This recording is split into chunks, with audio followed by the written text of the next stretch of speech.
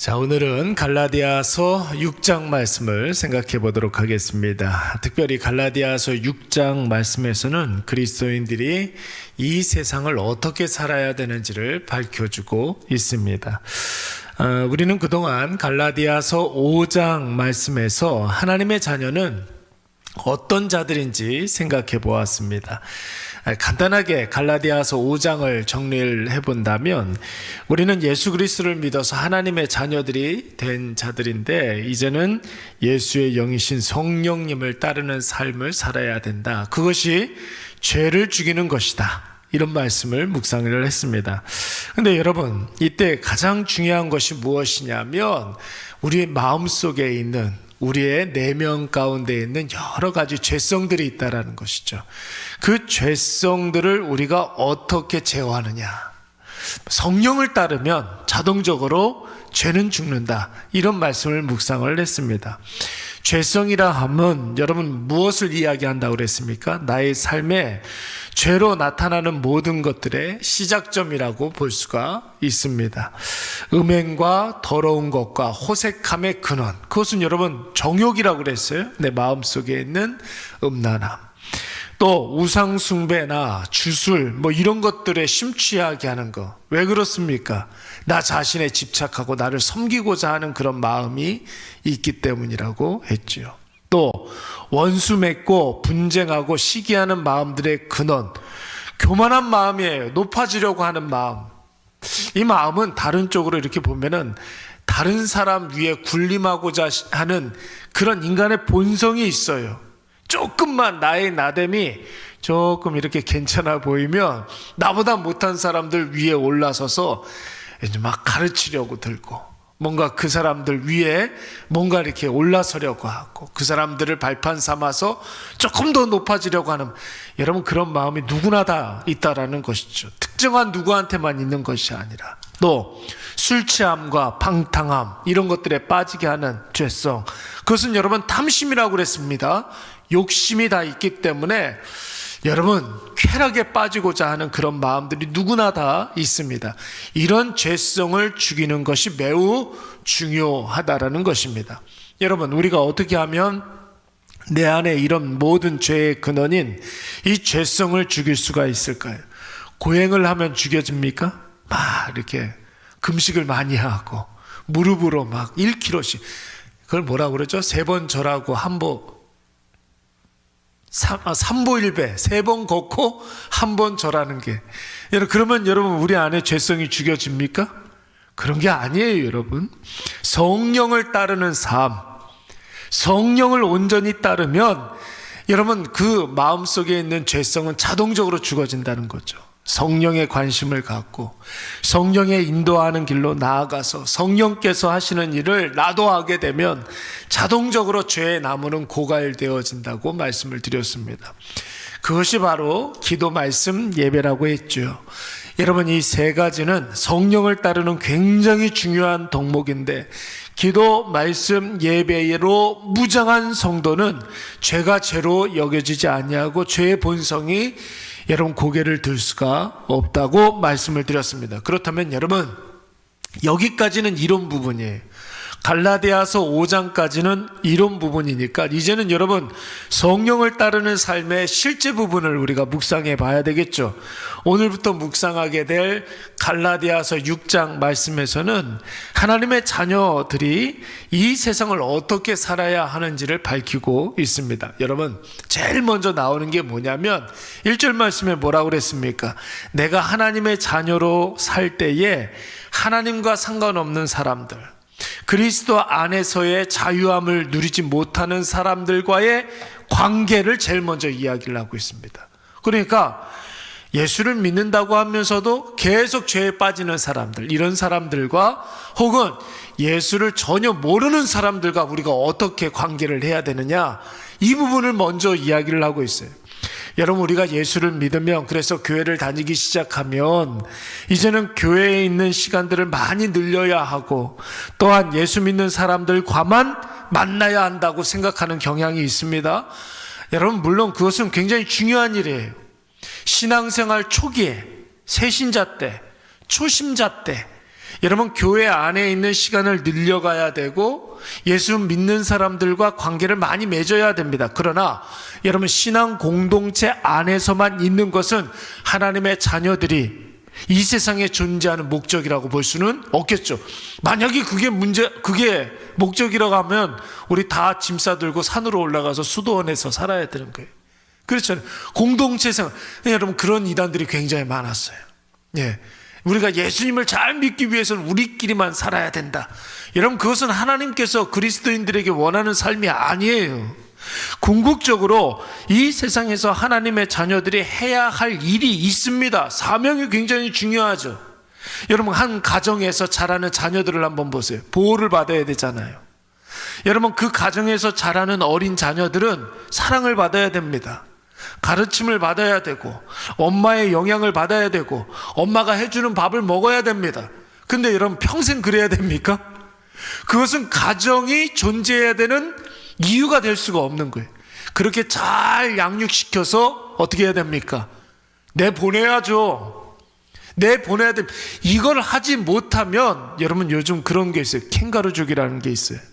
엄마가 이렇게 품속에 죽을 때까지 이렇게 보호하려고 하는 그런 일들.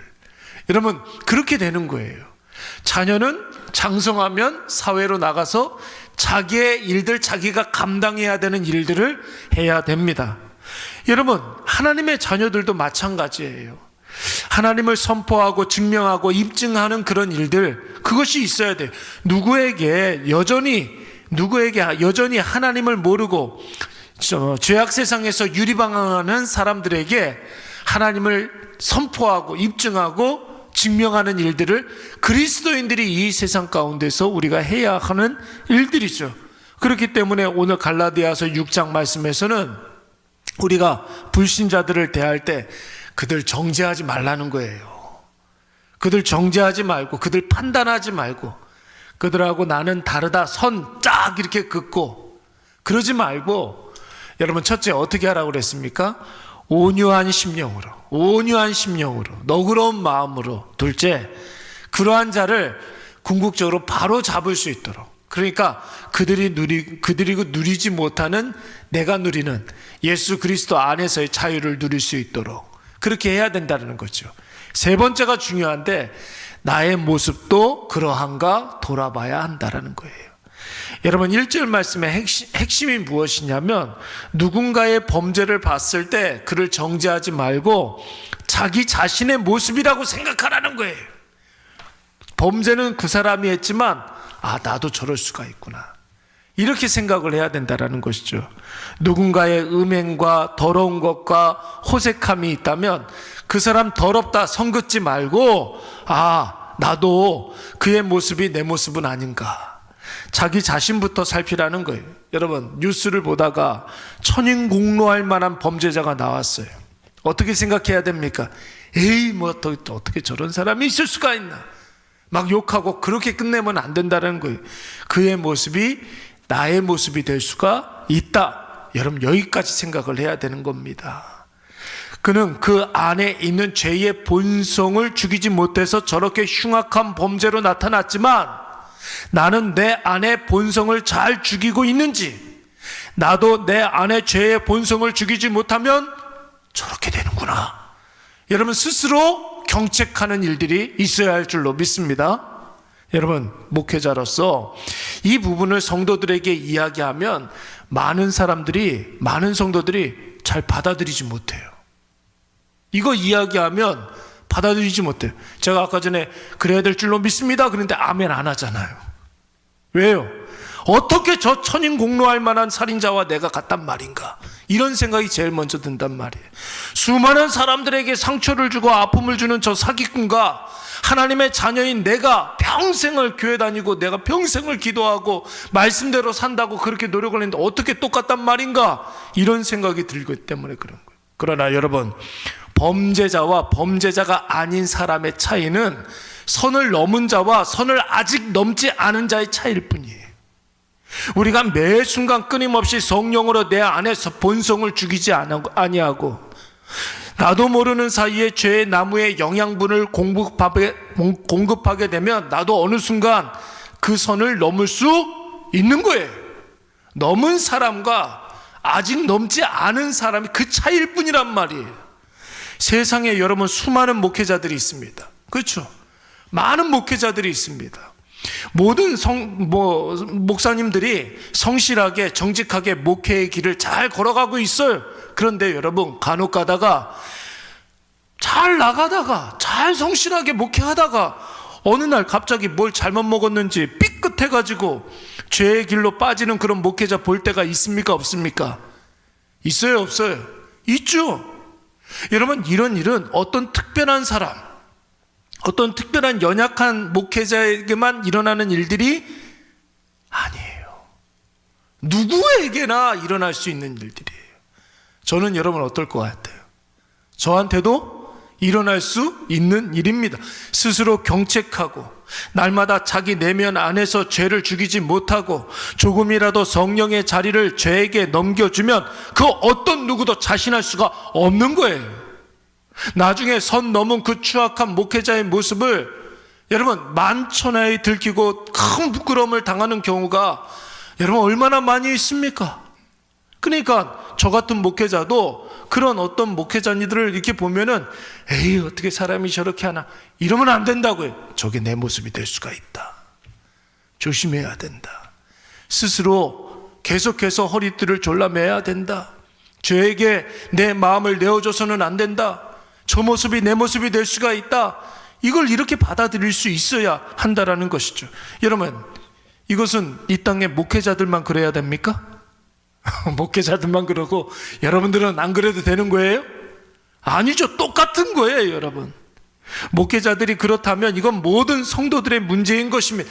나도 그럴 수 있다. 나 자신이 성령으로 내 안에 죄를 죽이지 못하면 나도 그와 같은 아니 그보다 더한 부끄러움을 당할 수가 있다. 이게 여러분 우리가 내리는 결론이어야 하는 것이죠. 그래서 정죄하는 자가 되지 말고 자신의 정죄하는 그 기준으로 자기 자신을 살펴봐야 할 줄로 믿습니다. 나에 대해서는 그런 엄격한 잣대를 가지고 있어야 되고 나에 대해서는 범죄한 자에게는 여러분 아까 전에 뭐라고 그랬습니까? 온유한 심령으로 그에게 회복의 기회, 다시 출발의 기회를 줄 수 있어야 될 줄로 믿습니다. 오늘 우리 사랑하는 일회교회가 그런 교회가 되시기를 간절히 바랍니다. 저와 여러분 다 부족해요. 연약해요. 우리가 여러분 일회교회 나올 때 시험 봐서 왔어요? 자격고사 보고 일회교회 나왔으면 시험 봐 70점 이상 맞으면 우리 교회 등록교회인으로 받아주고 70점 미만은 다른 교회 가라고. 우리가 하나님의 자녀 그렇게 되었습니까? 60점 이렇게 받아가지고 55점 되면 제 시험 보고 하나님의 자녀가 돼. 그게 아니잖아요. 그게 아니란 말. 우리는 다 부족하고 연약하지만 하나님께 두 손 들고 나왔더니 하나님께서 우리를 회복시켜 주시고 새 힘을 주셔가지고 다시 출발하게 하신 줄로 믿습니다. 여러분 그랬기 때문에 우리의 일상의 삶을 살 때에 나 자신을 계속해서 점검하시고 타인에 대해서는 온유하고 너그러운 마음으로 그를 받아주셔서 그가 나로 말미암아 새로워질 수 있도록 많이 도와주시는 저와 여러분이 되시기를 간절히 축원합니다. 그리고 나에 대해서는 남을 바라보는 그 기준으로 나를 보는 거예요. 내가 내 안에 죄를 죽이지 아니하면 나도 한없이 게을러지는 사람이 될 수가 있고 정말로 수치스러운 어떤 일들을 당할 수가 있겠구나. 한순간에 삐끗하면은 그걸로 넘어져서 일어날 수 없을 수가 있겠구나. 여러분 이렇게 자기 자신을 경책하시는 저와 여러분이 되시기를 간절히 축원합니다. 우리 잠깐 기도